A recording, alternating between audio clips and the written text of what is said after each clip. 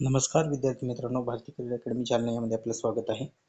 आज आपण पाहणार आहोत बीड पोलीस पाटील पद महत्त्वाची म्हणजेच जाहीर प्रकटन आलेलं आहे. यामध्ये जे काही पोलीस पाटील पद भरतीसाठी घेण्यात आलेले जे काही मुलाखती आहेत आणि त्याच्यानंतर लेखी परीक्षा या दोन्हींचे मार्क आलेले आहेत. लक्षात असू द्या, आपण हा जो काही भाग पाहत आहोत तर हा भाग आहे कार्यालय परळी वैद्यनाथ येथील आलेले माहिती या संदर्भामध्ये आपण हा व्हिडिओ पोस्ट करत आहोत. परळी बघा इथे दिलेले त्यांनी परळी उपविभागीय अंतर्गत रिक्त असलेल्या पोलीस पाटील पद भरतीची लेखी परीक्षेनुसार मुलाखतीस पात्र ठरलेल्या उमेदवारांची मुलाखती अंती तात्पुरत्या स्वरूपाची निवड तयार करण्यात आलेली आहे. म्हणजे ही जी काही यादी आहे ही यादी निवड यादी आहे हे लक्षात असू द्या. आणि ही कशी आहे इथे सांगितले त्यांनी, रकण्यासमोर शेरा दिलेला आहे, त्याला प्रोव्हिजनली सिलेक्टेड असं म्हटलेलं आहे. म्हणजे ही जी काही यादी आहे ही तात्पुरत्या स्वरूपाची यादी आहे.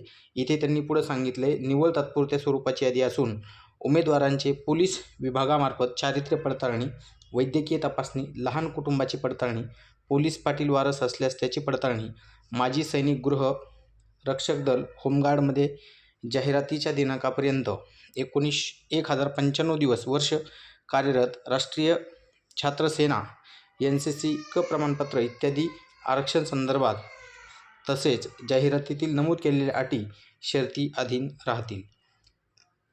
म्हणजे ही सर्व जी काही पडताळणी आहे ही सर्व पडताळणी केली जाणार आहे. तुमच्या माहितीस्तव यामध्ये तुमचं चारित्र्य पडताळणी प्रमाणपत्र जे आहे हे तपासलं जात असतं पोलीस विभागामार्फत. त्यानंतर वैद्यकीय तपासणी जी आहे ती सुद्धा वैद्यकीय तपासणी तुमची केली जाणार आहे. त्यासाठी तुम्हाला एक सिव्हिल हॉस्पिटल दिलं जाईल. त्या सिव्हिल हॉस्पिटलमध्ये तुम्हाला इथे स्पेशली तपासणीसाठी बोलवलं जाईल. त्यानंतर तुमचे लहान कुटुंब पडताळणी प्रमाणपत्र आहेत हे सुद्धा तिथं चेक केले जातील. तर या सर्व तात्पुरत्या यादीच्या नंतर तुमच्या या सर्व जे काही बाबी आहेत या सर्व बाबी चेक केल्या जातील आणि त्याच्यानंतर अंतिम निवड जी असेल ही अंतिम निवडची यादी तुम्हाला पाठवली जाईल. आणि त्यानंतर जे विद्यार्थी ज्यांचं सिलेक्शन झालेलं आहे अशा विद्यार्थ्यांना तिथे बोलवलं जाईल. त्यानंतर ज्या गावात 2 किंवा त्यापेक्षा अधिक उमेदवार समान गुण धारण करीत असल्यास त्यांच्या नावासमोर शेरा रकण्यात reserve due to similar marks अशी नोंद करण्यात आलेली आहे. अंतिम निवड गृह विभाग त्याच्याकडील शासन निर्णय अन्वये कायदा करण्यात येण्यात येईल. म्हणजे ज्यांना सारखे मार्क दिलेले आहेत या सारख्या मार्कावरून मग त्यांचं शिक्षण असेल, त्यांचं वय असेल, त्या ज्या ज्या काही अटी तिथे विभाग लावील त्यानुसार त्याचं सिलेक्शन केलं जाईल. ठीक आहे, हे सर्वांनी लक्षात घ्यायचं आहे.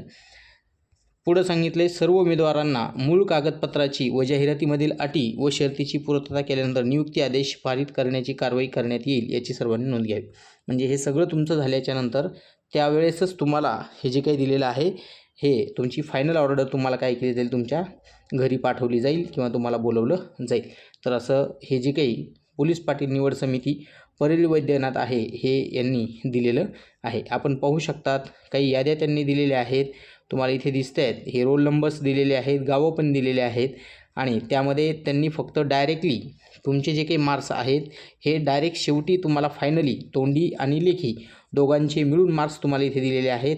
जालन्यामध्ये मात्र तोंडी मार्क्स आणि लेखी मार्क हे वेगवेगळ्या पद्धतीनं एकदाच दिलेले होते.